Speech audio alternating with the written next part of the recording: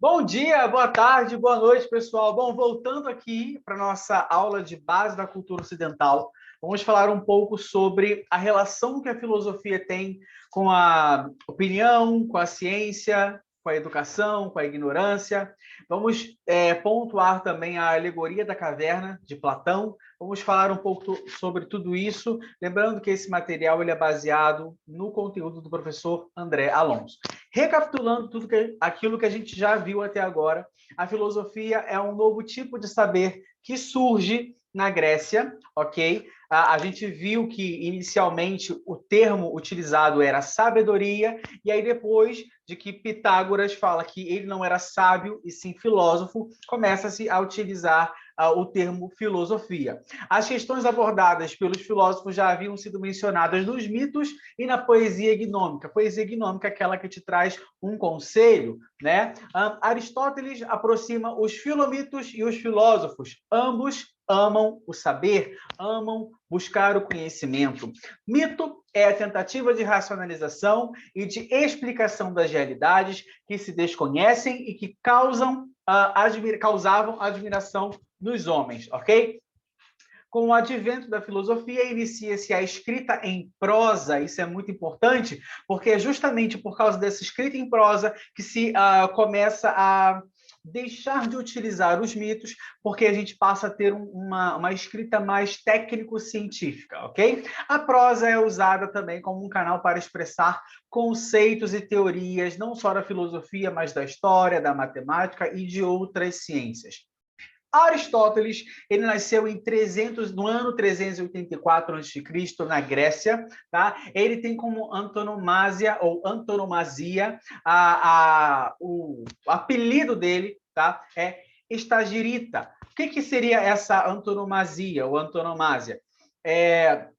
Por exemplo, quando a gente fala do Pelé, Pelé é o rei do futebol. Quando a gente fala do Elvis, rei do rock. Quando a gente fala Michael Jackson, rei do pop. Então, quando a gente fala de Aristóteles, seria Estagirita, ok? Justamente porque ele nasceu na cidade de Estagira, beleza? Ele morreu em 322 a.C., foi discípulo de Platão e mestre de Alexandre Magno, fundou o Liceu, que era uma escola ali filosófica em Atenas, tá?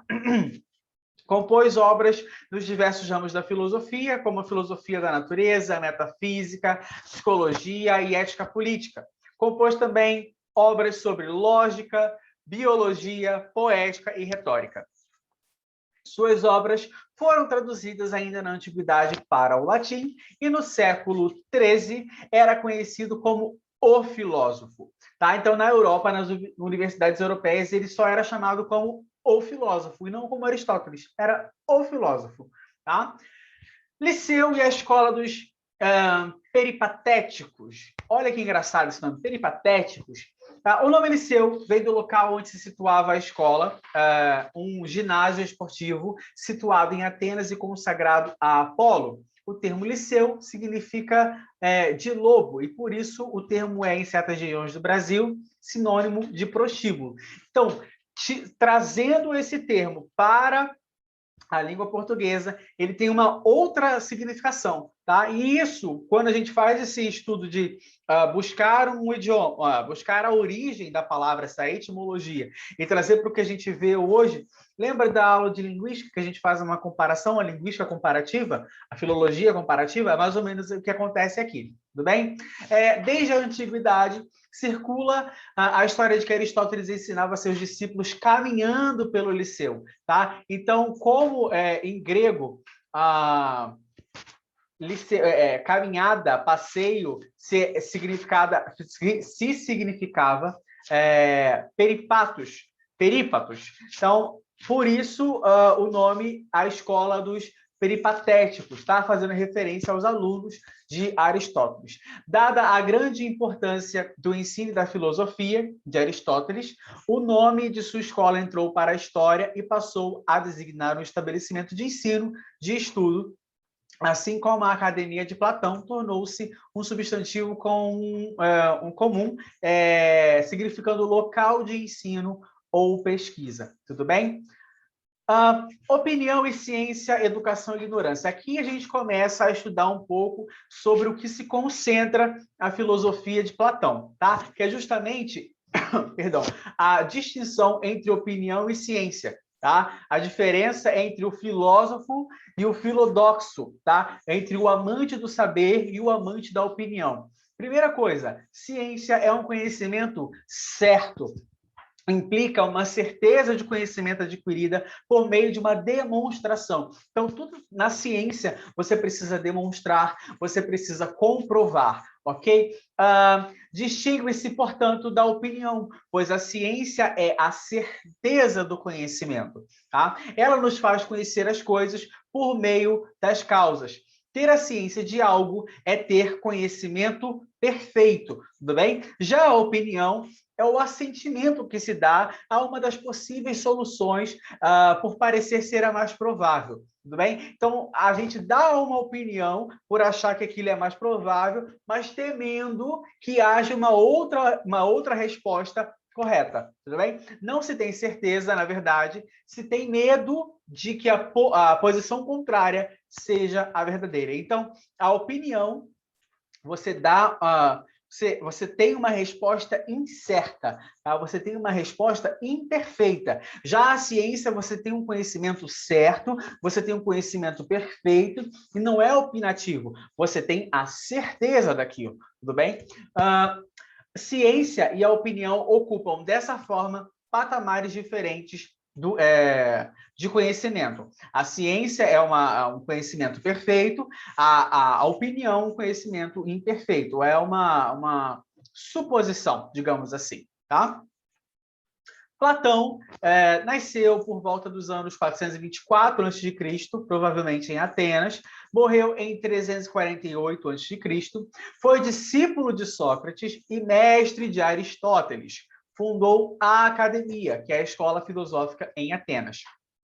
O nome academia vem do fato de Platão ensinar num lugar em que havia um jardim ou um bosque que teria pertencido ao mítico herói ateniense Acádemo, tá?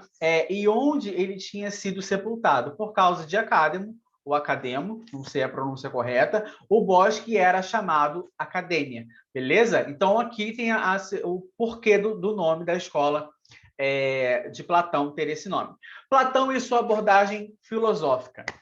Os temas abordados pelo filósofo são bastante diversos e abrangem diferentes ramos da filosofia. O que acontece? Ele trata tanto da política, quanto da ética, quanto da metafísica, quanto da teoria do conhecimento. A gente observa que os pensadores dessa época eles eram bem diversos, tá? Eles trabalhavam com vertentes do conhecimento muito diferenciadas. E isso hoje pode nos causar um estranhamento. Como assim uma pessoa que é formada em química está escrevendo um livro de língua portuguesa? Como assim uma pessoa que é filósofo está falando de política? Então, isso talvez nos cause um estranhamento, mas naquela época era completamente normal. Tá? E ele usava o diálogo como meio de investigação filosófica. Então, ele usava o quê? O diálogo, a conversa, para filosofar, para ensinar. Tá? Sua teoria das formas ou das ideias revela que as formas e as ideias são os verdadeiros seres. E o nosso mundo material é apenas uma cópia dessa realidade imaterial. Olha só. Ele fala que as formas e as ideias eram os verdadeiros seres. E o nosso mundo, o mundo que a gente vive, é apenas uma cópia dessa realidade superior. Que o nosso mundo é algo imaterial. Bem?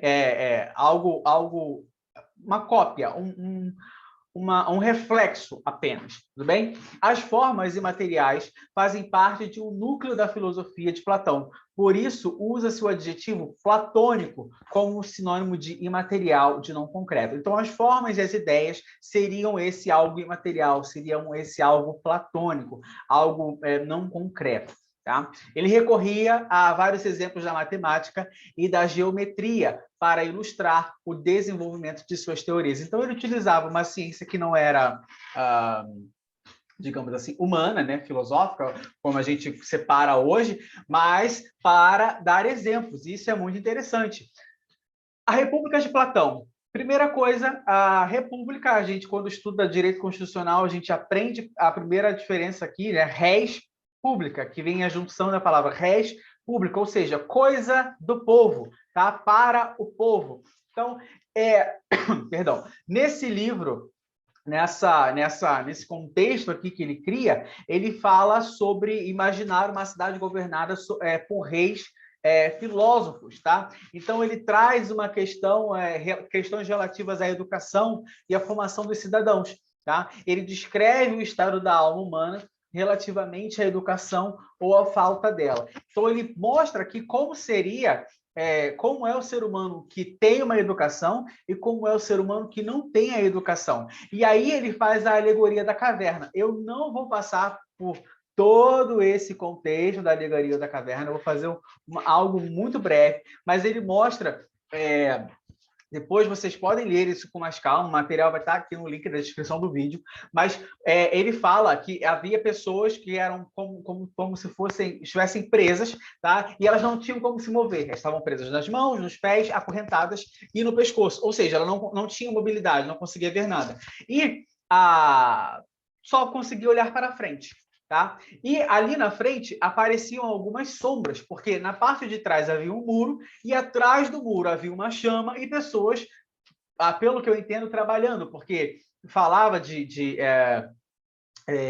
ferramentas e eles ouviam vozes e viam as sombras. Então eles achavam que aquelas sombras ali representavam alguma coisa, que as vozes saíam das sombras. Tá? Então, tudo era escuridão para eles, porque eles só viam aquelas sombras, eles não viam nem quem estava do lado, eles não viam a si mesmo, só viam o que mostrava aquilo que era refletido, tá? O que ele conseguia ver na frente dele. Então, quando ele fala isso, ele estava falando justamente da prisão, daquela pessoa presa a algo que ela consegue ver apenas, porque ela não tem mobilidade.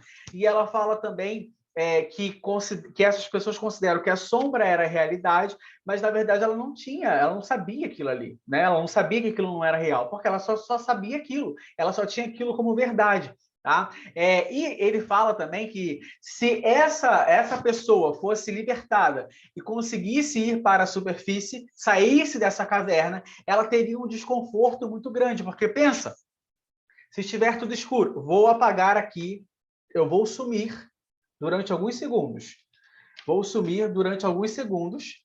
Se eu apagar aqui, vocês vão ver apenas algumas coisas. Ó, sumi. Agora, se eu começo a acender todas as luzes, isso pode causar um desconforto. Então, a gente vai olhar, ai, meu Deus, quando a gente acorda de manhã cedo e alguém acende a luz muito forte, quando a gente passa por um túnel, que dá aquele desconforto. Você imagina alguém que está sempre na escuridão e que vai para a luz.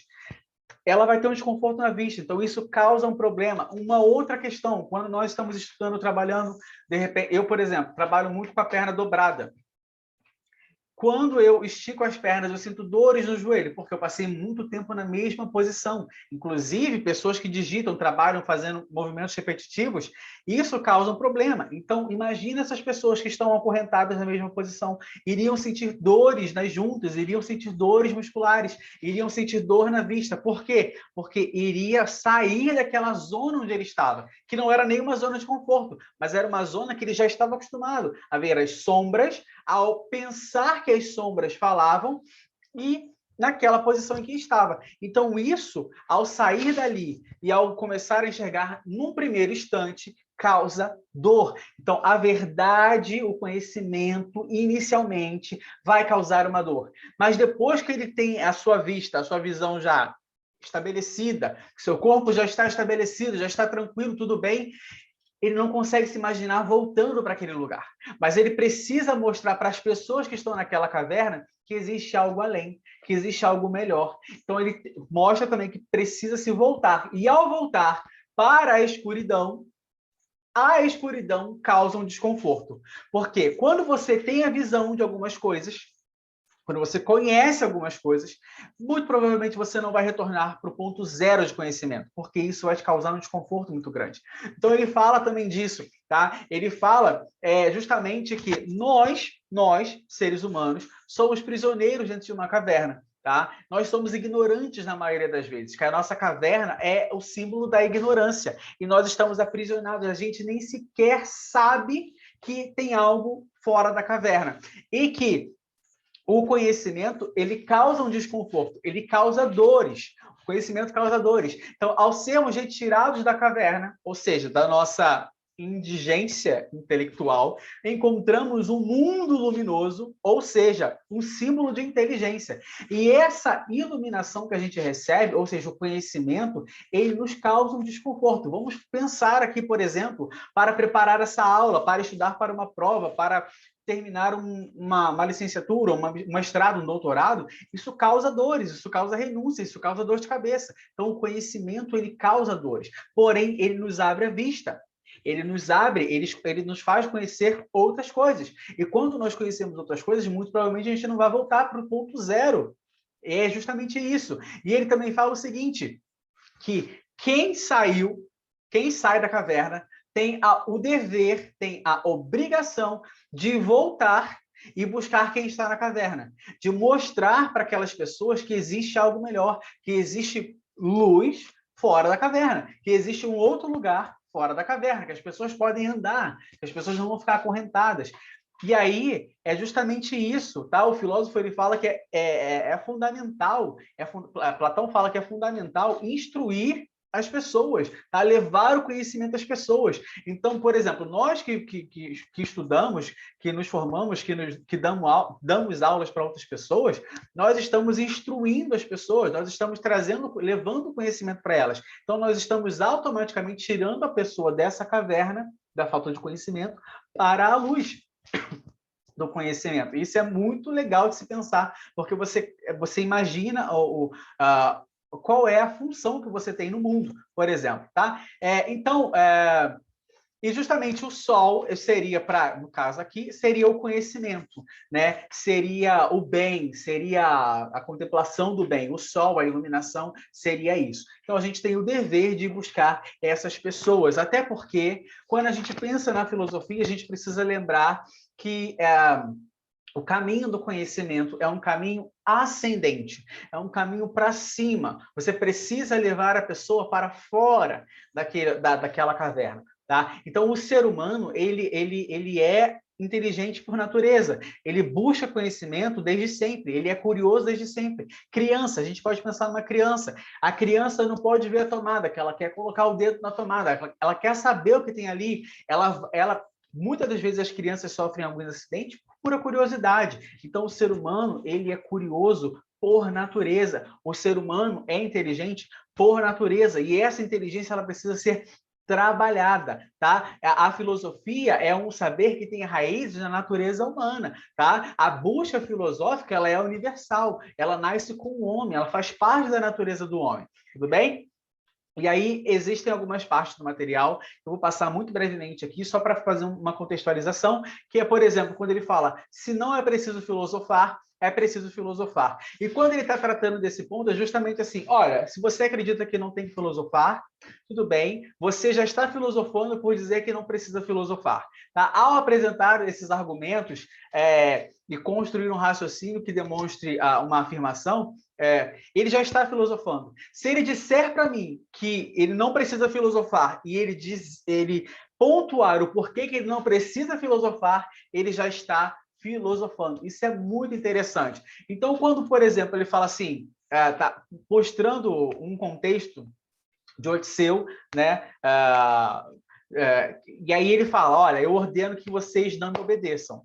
Num contexto nu e cru, é uma frase meio que louca. Como assim? Eu ordeno que vocês não me obedeçam. Então, se eu não te obedecer, eu estou cumprindo o seu ordenamento. Mas se eu te obedecer, eu estou desobedecendo.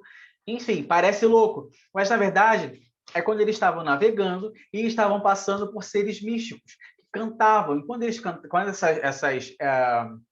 tem um nome, a gente no nosso folclore brasileiro teria Iara, né? Mas não era Iara, porque aqui as mulheres que tinham esse dom, não sei se seria um dom, enfim, seriam como aves de rapina e não no formato de sereia. Mas tudo bem.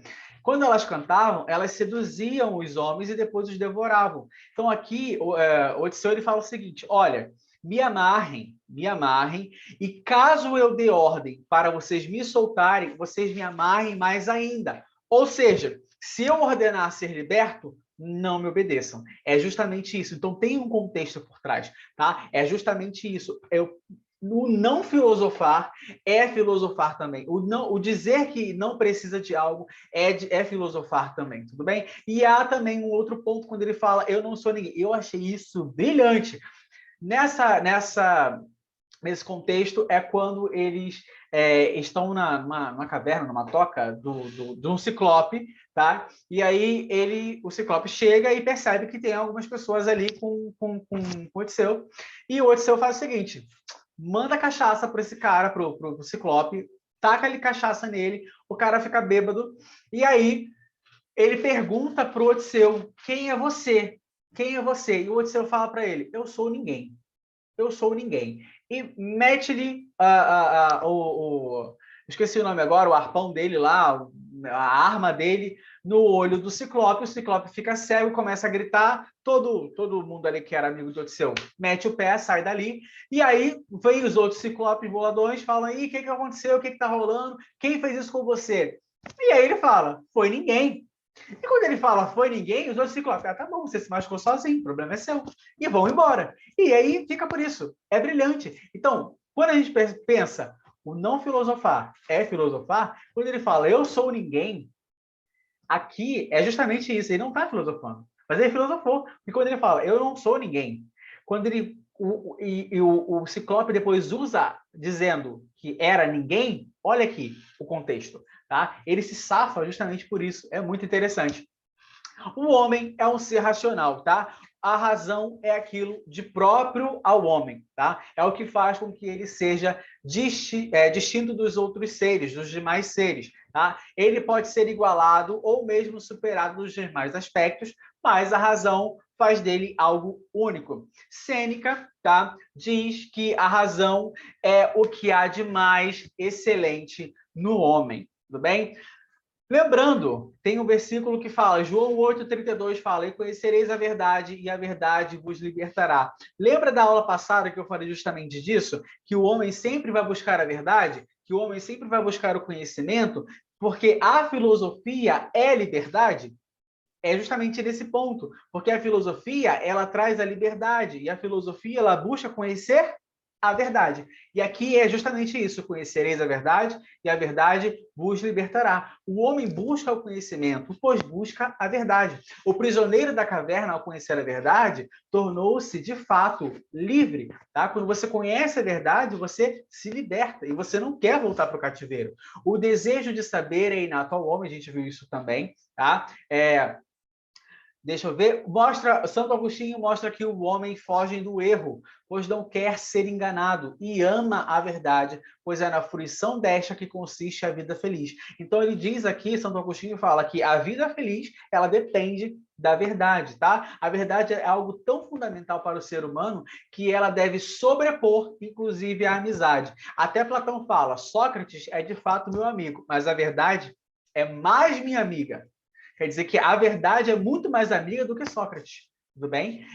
O homem, para realizar a vocação natural de sua inteligência, deve buscar a verdade, ainda que o caminho possa ser árduo. E é justamente nesse contexto que ele faz, porque a saída da escuridão para a luz, ou seja, da ignorância para o conhecimento, é algo árduo, é algo difícil, não é um caminho fácil, tudo bem? Saber alguma coisa, ter propriedade de falar sobre algo, não é algo simples, não é algo fácil. Demanda tempo, demanda estudo, demanda cabeça. Então, assim, é algo difícil. E isso é um ponto muito importante, tá? A origem da filosofia. A admiração. Você pode pensar em admiração, você pode pensar em contemplação, tá? A admiração e a dúvida originam-se da ignorância. Então, quando a gente não sabe alguma coisa, a gente tem interesse de alguma coisa, a gente começa a se perguntar, a gente começa a questionar, tá? Então, a filosofia, em suas origens, ela começa a abordar problemas simples, ligada a fenômenos da natureza e gradativamente avança em direção a fenômenos mais complexos, até chegar a questões que dizem respeito à condição humana, ao sentido da vida, às regras do bem viver e do bem interagir, tá? Do interagir em sociedade. Lembra lá dos gnomos, né? Dos gnomos não, né?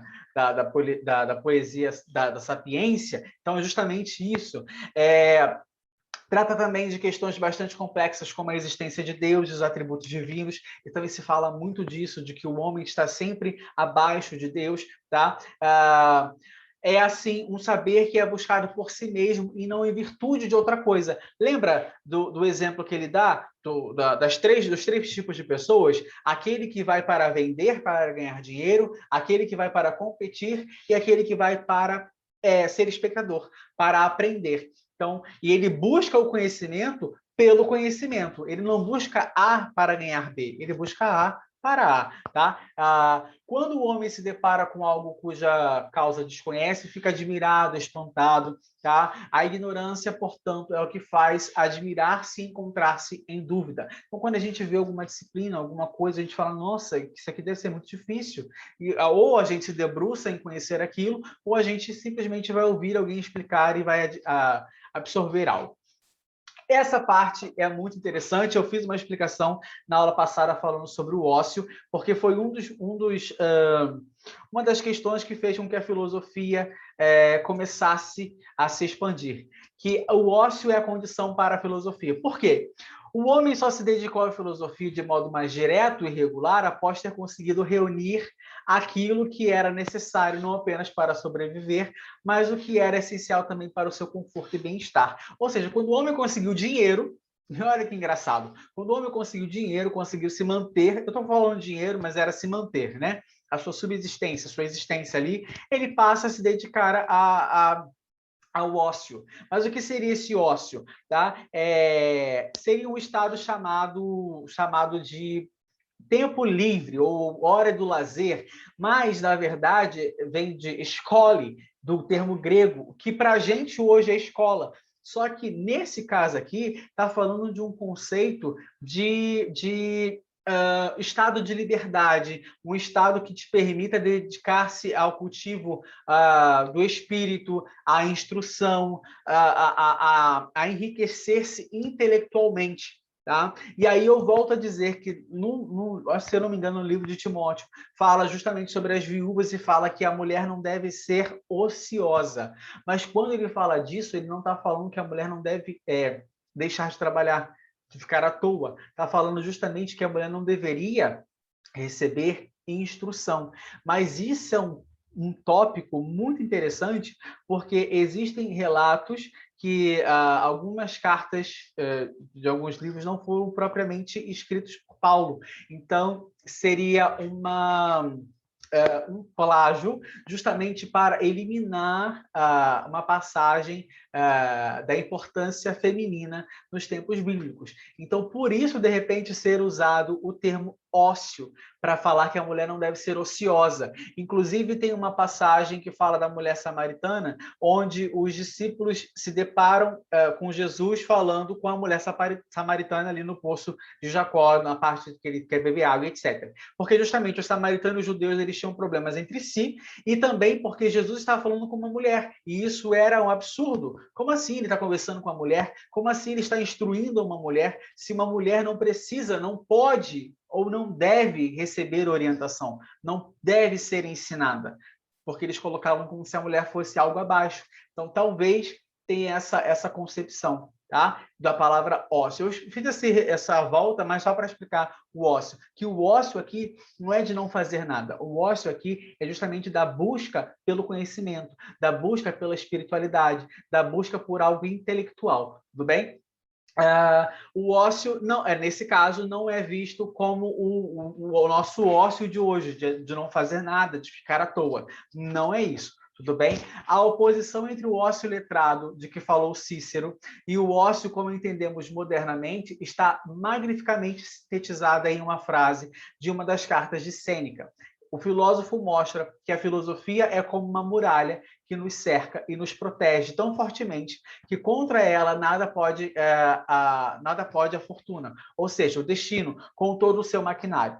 Mas a filosofia só pode ser alcançada através de um grande esforço. E para isso é preciso que o nosso ócio seja dedicado à nossa formação. Ou seja, o nosso ócio aqui seria o nosso tempo livre, tá? O nosso tempo de qualidade seja dedicado à formação. Seja um ócio letrado, pois viver no ócio sem dedicar-se ao aprimoramento do nosso espírito é como estar enterrado vivo, tá? Então, quando fala que nós devemos dedicar o nosso ócio, que seja um ócio letrado, é justamente para a gente poder utilizar esse tempo para melhorar a nossa capacidade intelectual, para melhorar a nossa capacidade espiritual também, por que não? Mas nesse ponto aqui é justamente do conhecimento, de buscar o conhecimento, de buscar a filosofia, tá?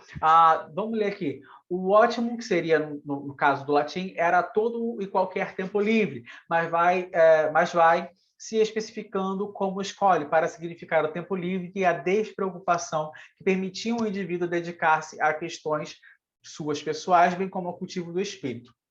E aqui é justamente isso. Ele não se preocupava com mais nada material.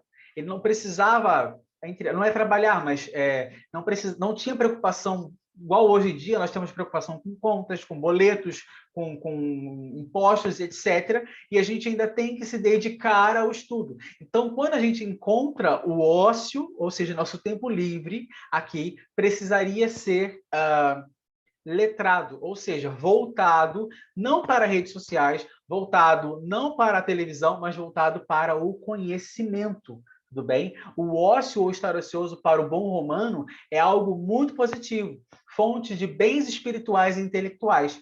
Plínio critica abertamente o corre-corre cotidiano, as diversas tarefas profissionais e obrigações sociais que nos devoram o tempo. Então, o contrário do ócio seria esse corre-corre, seria o desespero dessa busca, tá? Então, por exemplo, a pessoa que vai com o tempo, vamos fazer aqui uma conjectura, aquele que está indo ganhar dinheiro, lembra dos festivais? A pessoa que vai ganhar dinheiro, ela não está no ócio, ela está fazendo o corre dela. A pessoa que está competindo, ela também não está no ócio, porque ela está competindo. Mas o espectador que está indo adquirir conhecimento, ele está com um tempo ocioso, ou seja, um tempo livre, e tendo um tempo livre de qualidade, porque está buscando conhecimento, igual todos nós aqui buscando conhecimento. Pessoal, eu gostaria muito de agradecer vocês. Por favor, compartilhe esse vídeo, clica aqui no gostei, se inscreva no canal. Eu espero que vocês tenham gostado, tenham entendido. Um beijo e até a nossa próxima aula. Tchau!